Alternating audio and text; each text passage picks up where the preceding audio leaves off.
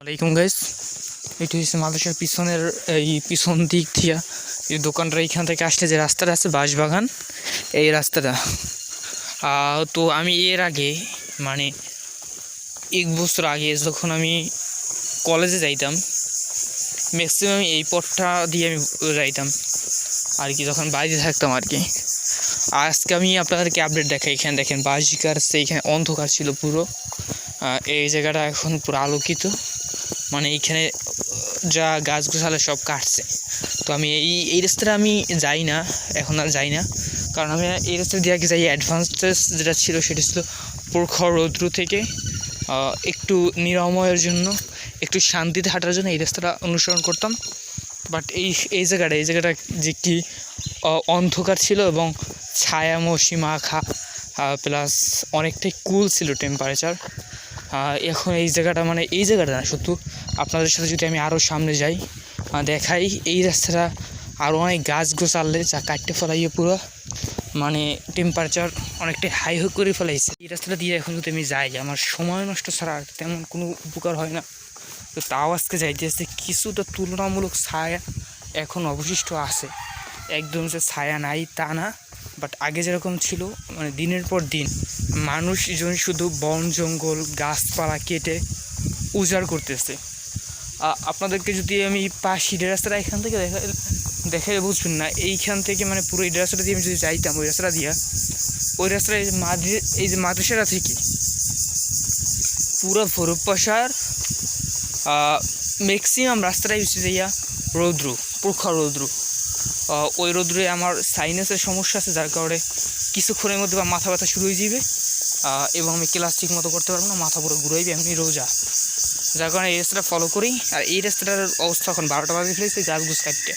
এইখানে আমি আবার আপনাদেরকে দেখাই গাছ গোছ, ওইখানে দেখছেন গাছ কাটছে, এইখানেও দেখেন গাছ গোছ কাটতে মানে বন জঙ্গল সব উজাড় করে ফেলাইছে। এই যে এই বাড়িটাও ছিল অন্ধকারাচ্ছন্ন। তো এগুলো সব মানে ওই দেখেন সব কাটতে উজাড় করছে। এই রাস্তাটা এই মানে কুল ছিল পুরো এই এরিয়াটা। দেখেন চারদিকে শুধু গাছ কাটা, দেখেন কতগুলো গাছ কাটছে। এই দেখেন সব মানে এই রাস্তাটার ওই মাদ্রাসাটা থেকে ম্যাক্সিমাম জায়গায় আর কি গাছ কাটতে। এই দেখেন এই জায়গাও ছিল একটা বন জঙ্গল আর কি, অনেক গাছ ছিল। এখন পুরো রৌদ্র, প্রখর রৌদ্র, এই কাটতে 12টা বাজে হয়েছে রাস্তা কাটতে। যার কারণে এই রাস্তা থেকে এখন গেলে আমার শুধু সময় নষ্ট হয়। আর রৌদ্রের তীব্রতা ওই রাস্তা থেকে এই রাস্তায় কিছুটা কম, আর যার কারণে আজকে আসছি। রোজার দিন স্যার আমি আর কি যাইনি রাস্তা দিয়ে, আগে প্রত্যেকটা দিন আমার হ্যাবিটই ছিল এই রাস্তা দিয়ে যাওয়া আর কি। অনেক ঠান্ডা ছিল, এখন ওই রকম ফিল করি না, এখন একটু মোটামুটি ঠান্ডাই। এই পর্যন্ত আগে গাছ গুছ কাটছে, সামনে পোলটা আছে, পোলটা পার হলে আবার রৌদ্র। এই যে এই বাড়িটা দেখতে পাচ্ছেন, তামান্নাকে বাড়ির পাশে। এই বাড়িটার ইন্টারেস্টিং জিনিস আমার মনে পড়ছে, সেটা যে এই বাড়িটায় প্রায় 15-20 দিন জুড়ে বিয়া চলতেছিল। ছেলেটাও বাইরে থাকে এবং মেয়েটাও মেবি ওই দেশেরই, ওই কান্ট্রি যে দেশে ছেলেটা থাকে। মোটামুটি রিস্কিড আর কি, মোটামুটি না বেশ ভালোই। তো দীর্ঘদিন ধরে বিয়া চলতেছিল, আর পোলাপানকে দাওয়াত দিয়ে খাওয়াইবে না তা তো হয় না। তো যেদিন আর কি মূল খাবারের আয়োজন ছিল, সেদিন এলাকার যে দাওয়াত পাইছে আর যে না পাইছে সবাই খাইয়ে গেছে, মানে পুরা নিজেদের ঘরের একটা অনুষ্ঠান ভাইবে যে যার মতো খাইয়ে গেছে। তো ইভেন আমার ভাইও খাইয়ে গেছে। আমি ওই দিন কলেজে গিয়েছিলাম, যার কারণে খাইতে পারিনি। নিলে আমার ইচ্ছা ছিল, মানে এতদিন ধরে বিয়ে করতেছিস বেড়া, পুরো 20 দিন 10 দিন পুরো বক্স বাজাইয়া দুনিয়া কাঁপাইতে আসো, আর বিয়ে খামো না কোনো কথা। এই আর কি অবস্থা গাইছে। এই পোলটার কাছে আসে বসছি এবং এইখানে ছায়া বিলুপ্ত শেষ। এরপর থেকে আমার রৌদ্রে হাঁটতে হবে।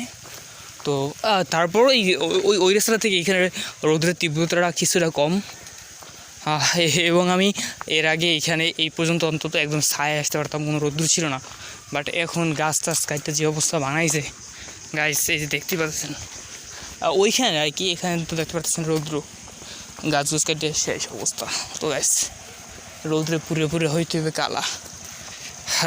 কালা না আর কি, কষ্ট রোজা রইয়া। দেখা হবে পরবর্তী কোনো ভিডিওতে। ভালো থাকেন গাইস, আসসালামু আলাইকুম।